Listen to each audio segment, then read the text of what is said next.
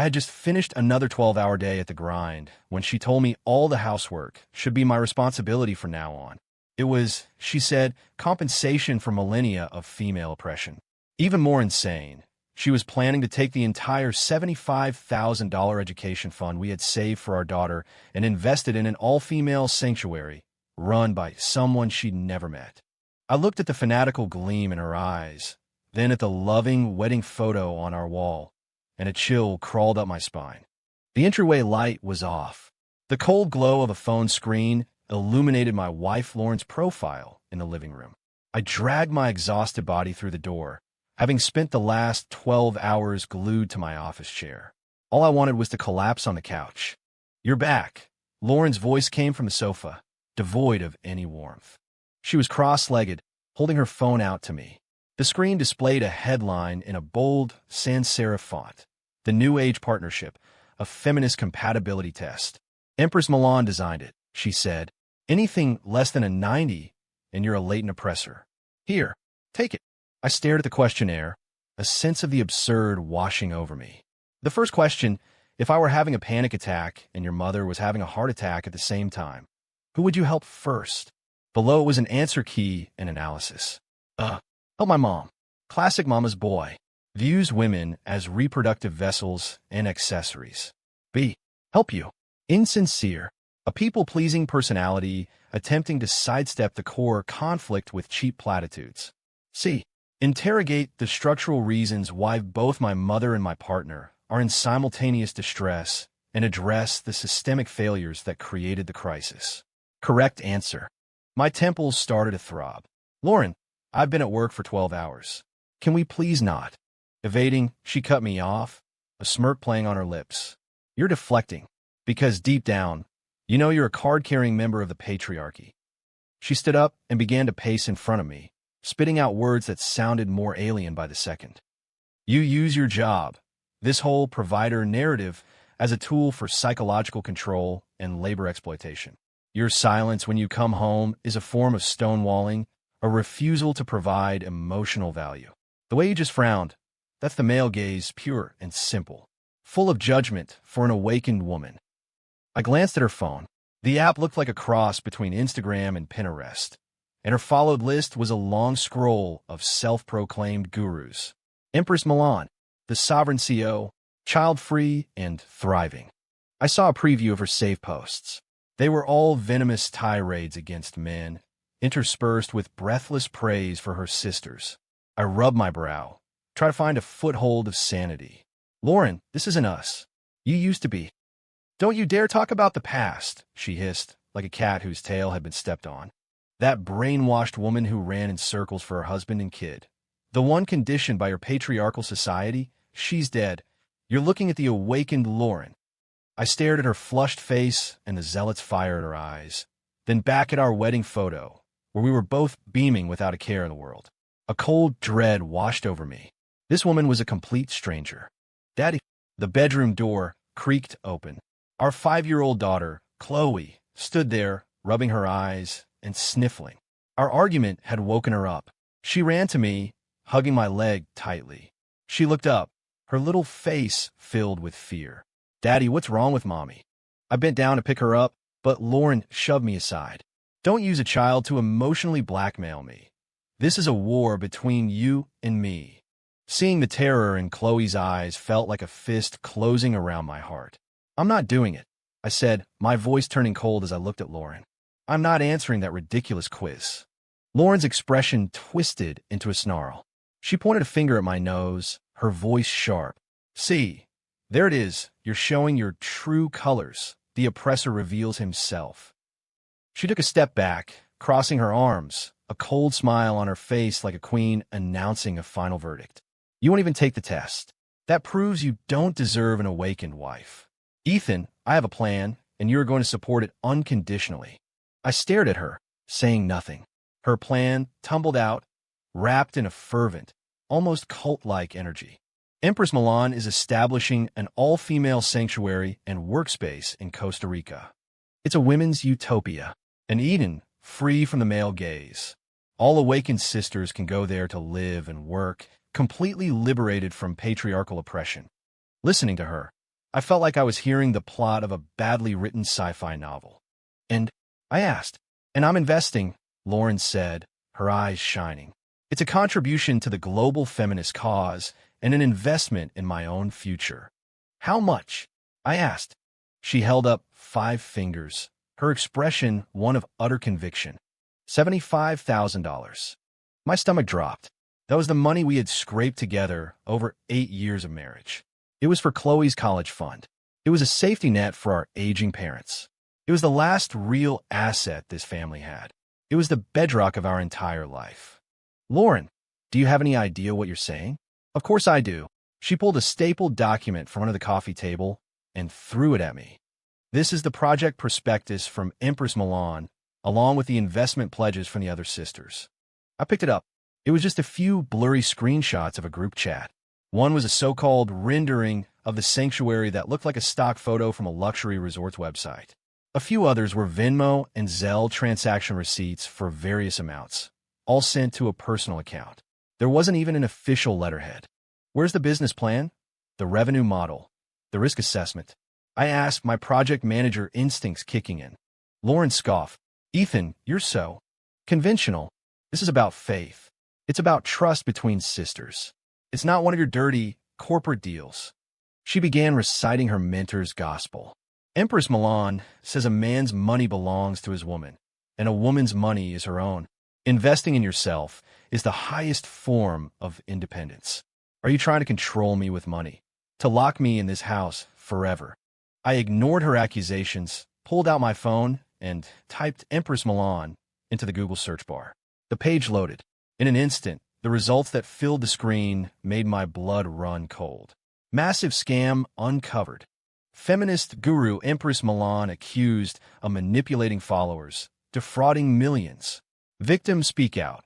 How Empress Milan brainwashed us into financial ruin.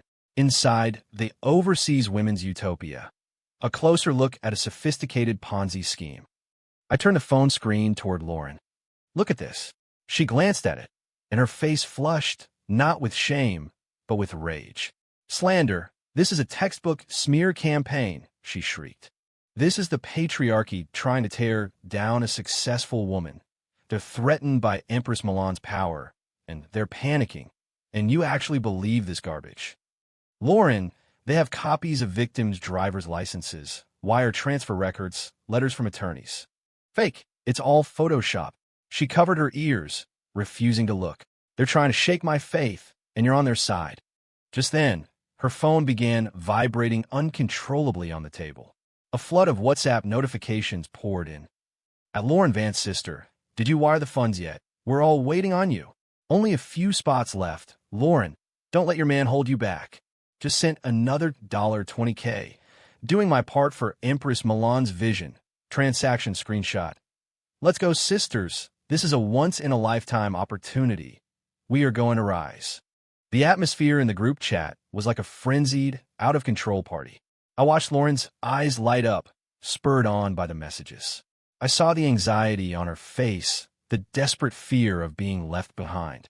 And I understood completely. She wasn't asking for my permission.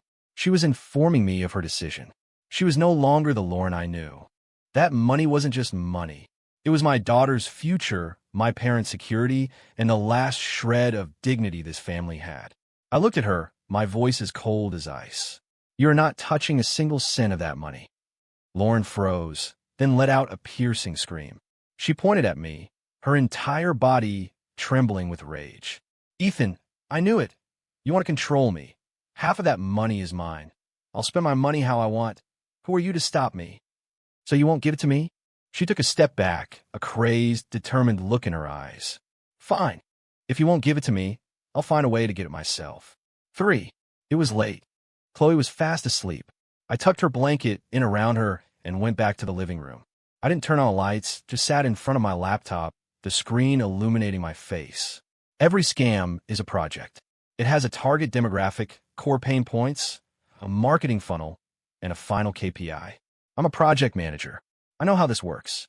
I used every contact and technical skill I had, dismantling the Empress Milan operation like debugging a piece of faulty code.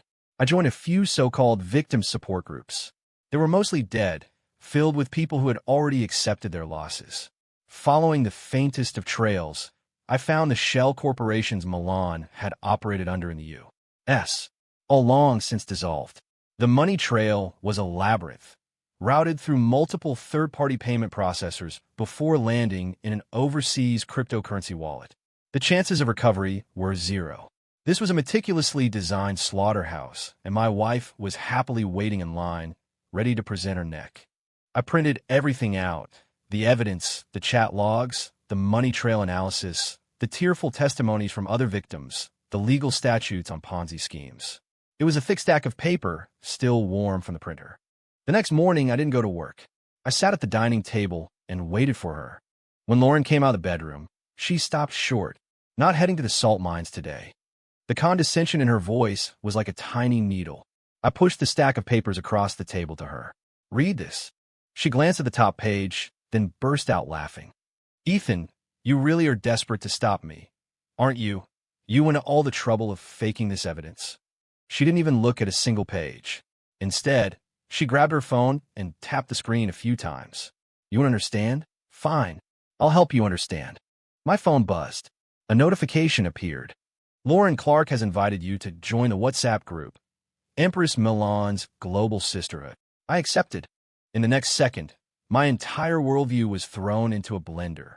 "Sisters, please welcome a representative of the oppressor class, Lauren's husband, Mr. Ethan Clark, here to grace us with his wisdom." The message, complete with a clown emoji, kicked off an avalanche. Hundreds of messages began flooding the screen. "Oh, so this is the guy trying to keep Lauren locked in a house and away from her investments. His profile pic has major insecure male energy. Mr. Clark, how much do you make in a year? Enough to have the audacity to gaslight our Lauren. Men only slow us down. Lauren, sweetie, dump him." Empress Milan told us men are the lowest form of life. Leeches who only want to suck us dry.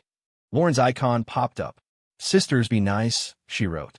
"He's just been poisoned by patriarchal thinking. He hasn't been awakened yet." Someone replied instantly.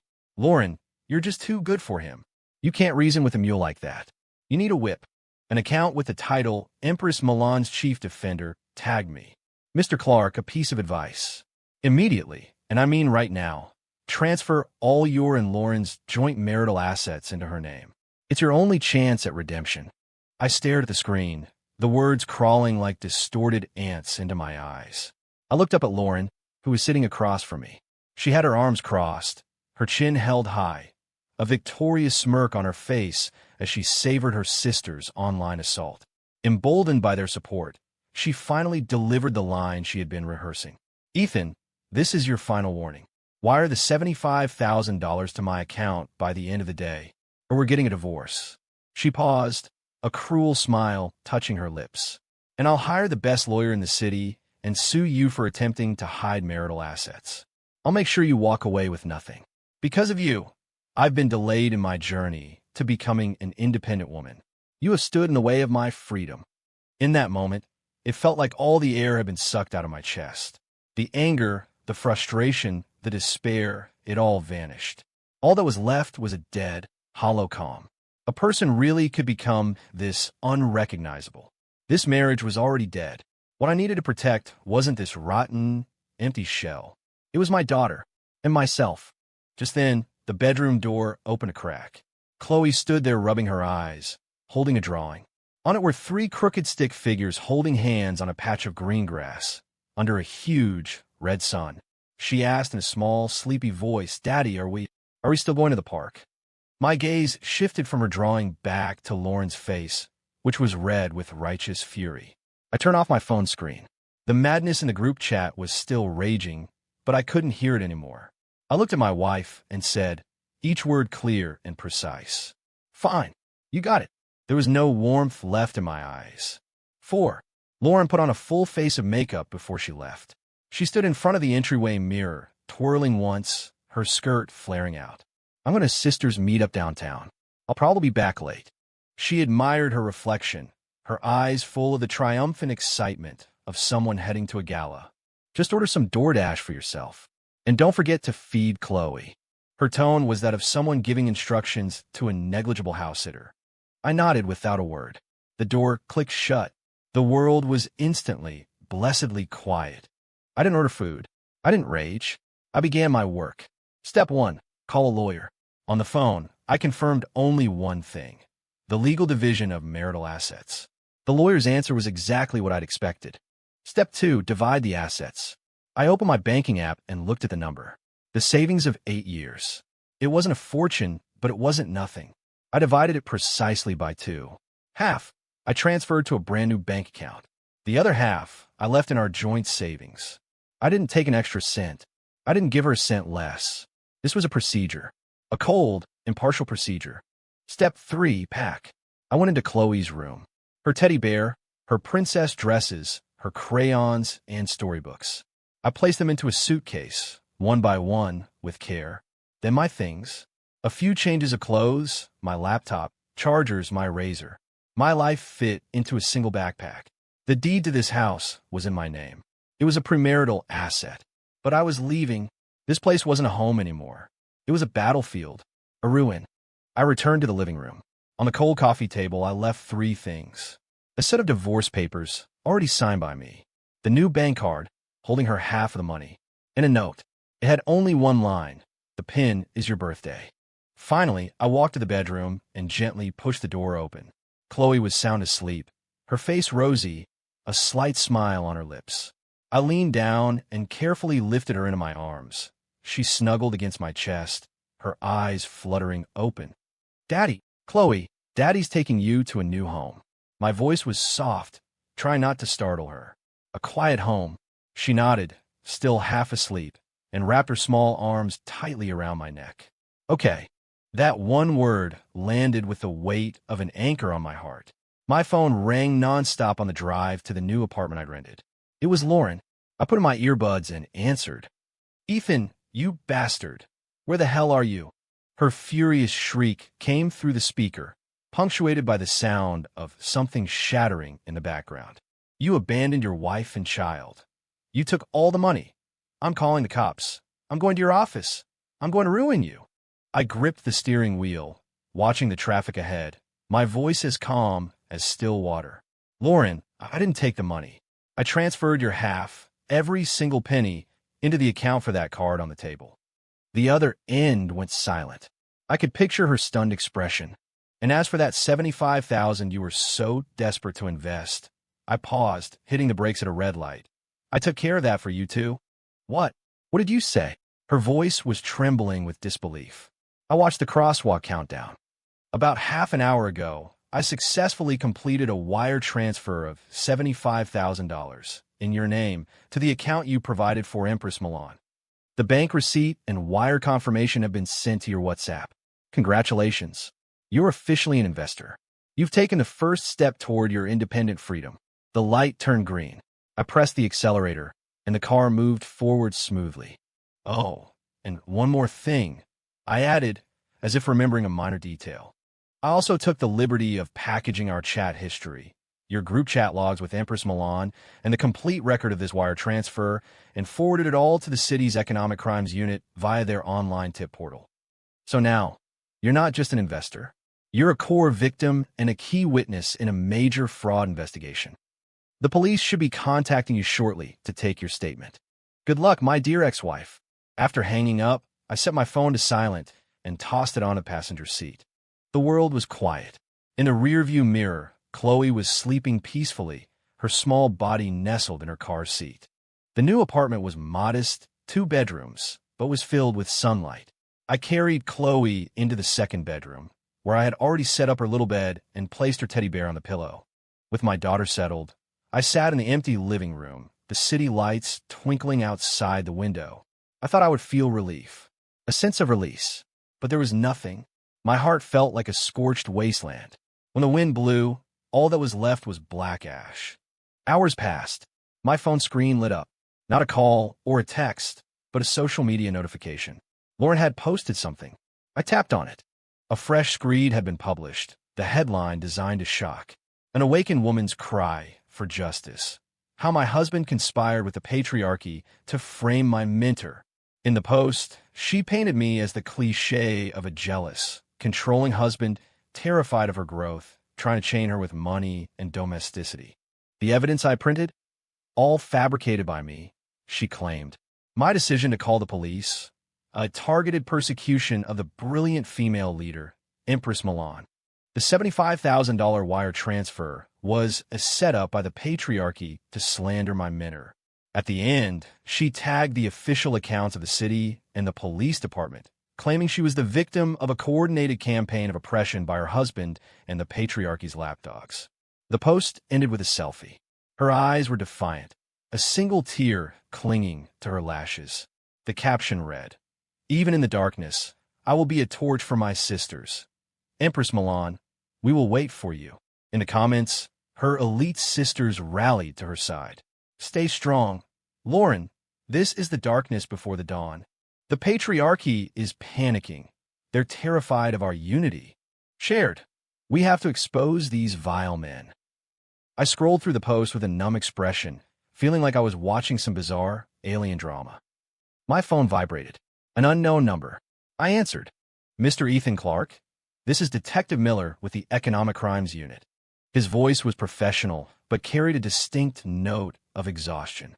"Ms. Vance's emotional state is highly agitated. She's refusing to cooperate with our investigation and is spreading misinformation online, which is causing a public nuisance." We showed her the bank statements from Milan. Her real name is Jennifer Potts, showing her expenditures on luxury goods and multiple properties purchased with stolen funds. Ms. Vance claims we photoshopped them. We also have statements from dozens of other victims that in the middle of the police station, Ms. Vance accused them of being traitors with weak faith. I could picture the scene perfectly. A room full of heartbroken women who had lost their life savings, and in the middle of them, Lauren, her chin held high, her eyes full of contempt. She hadn't just been scammed. Her entire belief system had collapsed, and she was refusing to admit it. "Mr. Clark, thank you for your report. It provided the key information we needed to move forward with this case. As for Ms. Vance, we will handle the situation according to procedure." "Thank you, Detective." I hung up. The next day, the story hit the local news. It was a headline on the Metro section: "Female Empowerment Empire Revealed as Multi-Million-Dollar Scam. Guru lived lavishly while some victims remain in denial." The accompanying photo was of Lauren, taken by a reporter outside the police station. Her face was blurred, but I recognized the trench coat I had bought her for her birthday. She was pointing angrily at the camera, her mouth open in a furious tirade. The article portrayed her as the poster child for the case's most deluded followers, a cautionary tale of someone brainwashed to the point of losing all critical thinking. Online, the mockery was relentless. Winner of the 2025 Darwin Awards for Financial Planning. She doesn't have a brain. She donated it to her guru. You almost have to feel bad for her, but then you remember she chose this. That's one expensive lesson. She had been publicly, brutally humiliated. I expected her to fall apart, to finally see the light, to call me, begging. None of that happened. Late that night, I received a single text from her. No curses, no threats. Just one cold line of text. "Ethan, you just wait. You destroyed the hopes of me and all my sisters. You'll get what's coming to you." I didn't reply. I just deleted the message. I checked her social media. The Cry for Justice post had been taken down by the platform. In its place was a QR code for a new, private group chat. The group's name, the Empress Milan Global Rescue Mission. I turned off my phone and glanced toward Chloe's room. A warm, yellow nightlight glowed from under the door. I knew then that my war wasn't over yet. Not by a long shot. In our new apartment, life seemed to slow down. The morning sun would land perfectly on Chloe's pillow. I learned to make her favorite scrambled eggs, soft and fluffy, just the way she liked them. Our world revolved around the small dining table and the rug in the living room. Hot meals on the table, a half-finished Lego castle on the rug. I enrolled Chloe in a new preschool near our apartment. The first day, she clung to my leg, hiding her face, refusing to let go. The teacher, a woman named Sarah, came over. She knelt, bringing herself down to Chloe's level. "Hi there, Chloe. I'm Ms. Davis. Look, we have so many wonderful dolls in the classroom, and they'd love to be your friend." Her voice was gentle, like a warm breeze. Chloe peeked out from behind my leg. Sarah didn't push, just waited with a patient smile. When I picked her up that afternoon, Chloe ran in my arms, proudly holding up a small red flower she'd made from construction paper. "Daddy, Ms. Davis taught me how to make this. It's for you." Sarah stood at the classroom door, smiling. "Chloe was wonderful today. She's adjusting so quickly. She's a very sweet and caring little girl." Her eyes, when she looked at me, were full of a kind, gentle warmth. At work, I threw myself back into it with a focus I hadn't had in years. I cleared my backlog of projects one by one, and my new proposal earned public praise from my director. My colleagues said I was like a new person, that the light was back in my eyes. I just smiled. When the weight on your shoulders is gone, your steps feel lighter. My social media feed was no longer a minefield of Lauren's selfies and her mentor's toxic quotes. It became a gallery of Chloe chasing pigeons in the park, of silly selfies with our faces squished together, of her latest drawing of a big sun and two little people holding hands. The smile returned to Chloe's face, brighter than ever. She started talking more, and the nightmares stopped. I would hold her on the balcony at night, looking at the stars, feeling a sense of peace I hadn't felt in years. This was a home. This was life. I had made the right decision. The day of the divorce hearing, the weather was gray and overcast. The courtroom was lit by sterile, white fluorescent lights. Lauren sat across from me, wearing garish, heavy makeup. Her eyes burned with a fanatical fire. The judge tapped his gavel. The petitioner may state his request. Before I could speak, Lauren shot to her feet. "My request is to make an accusation." Her voice was shrill, a jarring noise in the solemn courtroom. "I accuse Ethan Clark, this loyal dog of the patriarchy, of using despicable means to frame the great Empress Milan. He conspired with the authorities to persecute us, women who are pursuing independence and freedom." The judge's brow furrowed. Even Lauren's own lawyer looked deeply embarrassed. My lawyer stood, ignoring her outburst, and calmly submitted a folder to the judge. "Your Honor, this file contains records of Ms. Vance's social media activity over the last 6 months, including threatening text messages and recorded phone calls made to my client. It also contains the police department's official report on the Jennifer Potts grand larceny case and the defendant's own signed witness statement." He continued, "Regarding custody, my client has a stable job, a secure residence, and a healthy psychological state. He has consistently been one of the child's primary caregivers." Lauren was still ranting. "Assets. I refuse to discuss the chains defined by a patriarchal society. The child, she should not be raised by a backward, unenlightened man. She should be with me, learning to be a true warrior." The judge's patience finally snapped. He slammed his gavel down hard. "Defendant, control yourself. This is a court of law." The final ruling was a foregone conclusion.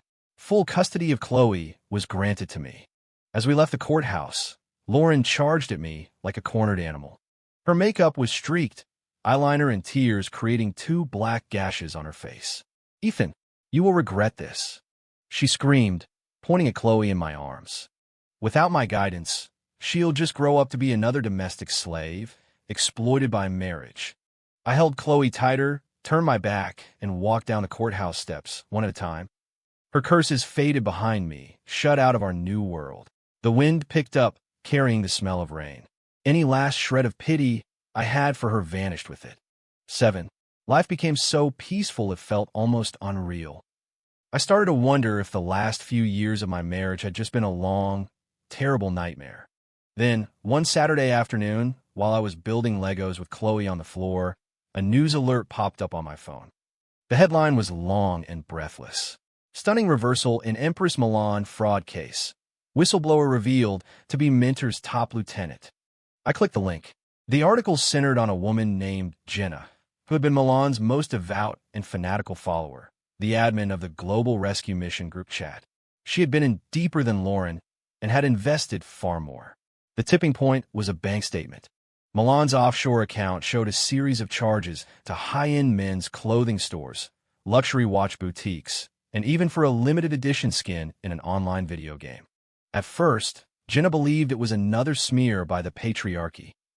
She had used her own resources, even hiring a private investigator to conduct a counter-investigation, hoping to expose the forgers and clear her mentor's name. Instead, she found the truth. And she found a man, a handsome, clean-cut kid in his early 20s. The article included the ironclad proof Jenna had anonymously provided to the media. A collection of intimate selfies of Milan and her young boyfriend at five-star restaurants and tropical resorts. In the photos, Milan was snuggled up against him, smiling like any other woman in love. The limited edition watch she called her Medal of Female Independence was now on her boyfriend's wrist. The sport car she claimed was a symbol of her break from the patriarchy was being driven by his young hands. The final nail in the coffin was an internal ledger. It meticulously detailed every investment from the sisters and where it had gone. $30,000 for a new watch for the boyfriend, $80,000 for his new car, $300,000 for a condo for the two of them overseas. The all-female sanctuary had never been more than a PowerPoint presentation. A lie carefully crafted to fleece her followers so she could lavish gifts on her man. The faith wasn't shattered by an outside enemy. It had rotted from within, right at the feet of the idol herself. The reporter's writing was scathing. Betrayed by her most loyal disciple is the punchline to Jennifer Potts's worst joke. She wasn't brought down by the patriarchy. She was brought down by the man she was bankrolling. It turns out the ultimate meaning of getting away from men was using other women's money to comfortably support one of them. The comment section was on fire. This is the best black comedy of the year. I'd watch this movie. I'm speechless. Not even Hollywood writers could make this up. So Sisters Unite meant unite to give me your money so I could buy my boy toy a Porsche. She wasn't a feminist guru. She was a new age pimp. But props to Jenna. Finds out she's been scammed, doesn't cry, just gathers evidence and sends her to prison. Now, that is a boss move. Every girl in a bad relationship needs to take notes. I closed the article feeling like I was living in a surreal parody. I had braced myself for a long, grueling war. I never expected it to end as a dark, absurd joke. Suddenly, my phone started vibrating wildly. It was Lauren. I answered, saying nothing. The line was dead silent, except for the sound of her ragged, suppressed breathing. After a long moment, she spoke, her voice raw and scratchy like sandpaper. You saw it. Yes. It's fake. Her voice shot up, sharp and neurotically certain. It's all fake. It was Jenna. Jenna betrayed us. It was you. You people bought her. You paid her off, used your dirty tricks to make her slander the Empress. I was too tired to even argue. Lauren, Milan's real name, is Jennifer Potts. She's a high school dropout from a small town in Ohio. It's in the police report. Shut up, she shrieked. I won't listen. I don't believe it. You think this will break us? You wish. This is just a test from the Empress. It's the ultimate trial of our faith. Only the strongest will pass. Jenna is a traitor. She was never worthy. But I will see this through. The Empress will return. She will return in glory. Listening to her unhinged monologue was like listening to a lunatic from another dimension. I quietly ended the call, blocked her number, deleted her contact. The motions were fluid, automatic. I walked to the window and looked down at the park where Sarah was leading the kids in a game of tag. Chloe was running fast, her laughter carrying like silver bells on the wind. The sun caught the tips of her hair, making them shine like gold. My war had actually ended a long time ago. It ended the moment she ran in my arms and gave me that little paper flower. It ended the moment she said, "Daddy, I love you best." As for Lauren and her faith, which had now become a national laughingstock, let the wind take them. 8. My relationship with Sarah was a natural progression. There was no grand, dramatic romance, just quiet, steady companionship. She would talk with me about new movies without dissecting every scene for the male gaze. She would braid Chloe's hair into beautiful styles instead of lecturing her that marriage is a prison. Being with her was comfortable, like a favorite soft cotton shirt that fits just right. I was promoted to department director and bought a new car at the end of the year. The stereo played Chloe's favorite nursery rhymes, and the back seat was fitted with her permanent car seat. Occasionally, I'd hear snippets about Lauren from old colleagues. Heard she can't even find a job. She started talking about Empress Milan in an interview, and the HR manager just stared at her. I think she's living in a basement apartment now. It's pretty sad. I listened with no emotion. Everyone has to live with the consequences of their choices. One day, I was driving past a downtown subway station and glanced out the window. A gaunt, skeletal woman was forcing flyers into the hands of passers-by, muttering to herself. Her hair was greasy and matted, and her eyes had a familiar, manic gleam. I recognized her. It was Lauren. People skirted around her, as if she were carrying a disease, some shooting her looks of disgust. She just stood there, her back straight, her face filled with the tragic pride of a martyr suffering for the truth. The light turned green. I hit the gas, leaving the absurd scene behind in my rearview mirror. Then one day, an unknown number called. I answered. Ethan. The voice was hoarse and dry, as if dragged over gravel. I said nothing. I'm out of money, she said, her tone demanding. My landlord kicked me out. I remained silent, listening. You owe me money. Her voice rose. You owe me. For emotional damages. You ruined my life, and this is the compensation you owe me. I couldn't even summon anger. It was just pathetic. Lauren, you chose your own path. I have no obligation to pay for your stupidity. A feral scream came through the phone, followed by a dial tone. I blocked the number, but the piece seemed to be ending. I started to get the feeling I was being watched. At the grocery store, I'd feel a pair of eyes on me from the next aisle. Picking Chloe up from preschool, I'd see a dark shape dart away at the corner of the street. I mentioned it to Sarah, and she grew concerned. Should we call the police? I'm probably just being paranoid, I said, reassuring her as much as myself. Then came Saturday. The sun was shining. I took Sarah and Chloe to a new mall to buy Chloe a dress. We sat down at a table by the window in a dessert shop. Chloe was making a mess, her face smeared with chocolate. Sarah gently wiped her face with a napkin.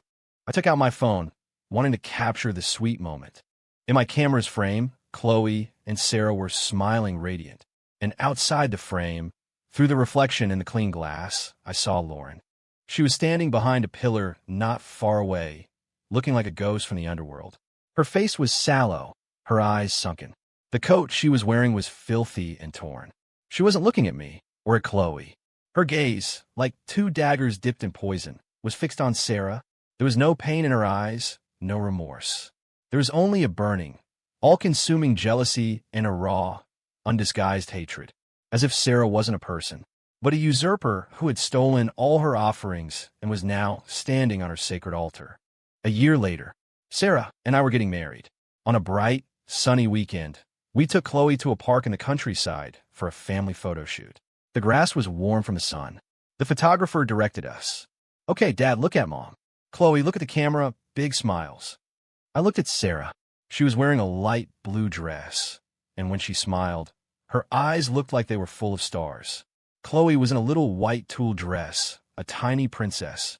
She was getting restless, running around on the grass, her skirt billowing behind her.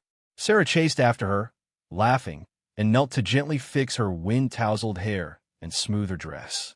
Not a single word of complaint, not a hint of condescension. Just tenderness and love wrapped in that tenderness. Tired from playing, Chloe ran back and hugged Sarah's legs, looking up at her. Mommy Sarah, I'm tired. That name, Mommy Sarah, sounded so sweet, so natural. In that instant, my heart was filled with a huge, warm tide of emotion. I had always thought my life would be a long war, against a twisted wife, against her absurd ideology, against a shattered family. But I was only now realizing it. Happiness isn't a trophy you win in battle. It's just life itself. It's the sunlight, the grass, the gentle gaze of the person beside you, the soft call of your daughter. I had personally destroyed my old world, so I could personally build a new one. A real home, with no judgment, no slogans, only respect and equality. The photographer captured that moment. In the photo, Sarah is holding Chloe, who has her head buried in her shoulder. I walked over and wrapped my arms around both of them from behind. The three of us, like pieces of a puzzle, had finally found each other and become whole. On the way home, Chloe fell asleep in her car seat. Sarah took my hand. What are you thinking about? I'm thinking, I said, that we're finally home. I pressed the accelerator, and the car drove smoothly toward the city, twinkling with a million lights. The road ahead was clear, and behind us, on that field of grass, turned golden by the setting sun, a figure slowly emerged from the shadow of a large tree. It was Lauren. The coat she wore was so faded you couldn't tell its original color. Her hair was brittle, her cheeks hollowed out. She looked like a plant that had been drained of all life, about to wither and die. She stood for a long time, watching the spot where our car had disappeared. That image, that blindingly happy image, played over and over in her mind. The adoration in Ethan's eyes, the tenderness in that woman's posture, and Chloe's voice. That single word, Mommy. The women's utopia she had chased, the sisterhood sanctuary she had dreamed of, the faith she had sacrificed everything for. It was all a pathetic joke. She had lit the fires of war herself, screaming that she would burn it all down. In the end, the only thing she burned was her own home. She thought the enemy was men, the patriarchy, the world. Only now did she realize the truth. Her only enemy was the person she had become, a monster fed on lies, twisted into someone unrecognizable. Her legs gave out, and she slid down the rough trunk of the tree, collapsing onto the ground. She couldn't make a sound. Only tears flowed, silently, track after track, down her face. She was finally awake. But what she woke up to was not the dawn. It was the abyss she had dug for herself. Back in her dark, damp basement room, the walls were still covered with Empress Milan's ridiculous quotes. Leave a man, and you can do anything. Every dollar you spend is a vote for the world you want. Lauren stared at them as if they were giant handprints from a slap in the face. With a scream of rage, she lunged at the wall, tearing them down, ripping them into the tiniest possible pieces. She dragged a dusty box out from under her bed. Inside was our wedding album and a family photo from when Chloe was born. In the picture, her smile was gentle. I was looking at her, my eyes full of love, and tiny Chloe was sleeping soundly in our arms. That was the happiness that had once been hers for the taking. A fist clenched around her heart, squeezing so tightly she couldn't breathe. Her hands trembling, she picked up her phone and found my number. Her fingertip hovered over the call button, but she couldn't press it. What would she even say? I'm sorry. Who would possibly care about her cheap, late apology? The phone slipped from her numb fingers and clattered to the floor. She curled up on the cold ground, clutching the faded family photo. Outside, from the direction of my new home, she could faintly hear the distant, muffled sound of a child's laughter. That sound was like the sharpest needle, piercing the rest of her life. In a bottomless, soul-crushing regret, she knew she had lost everything.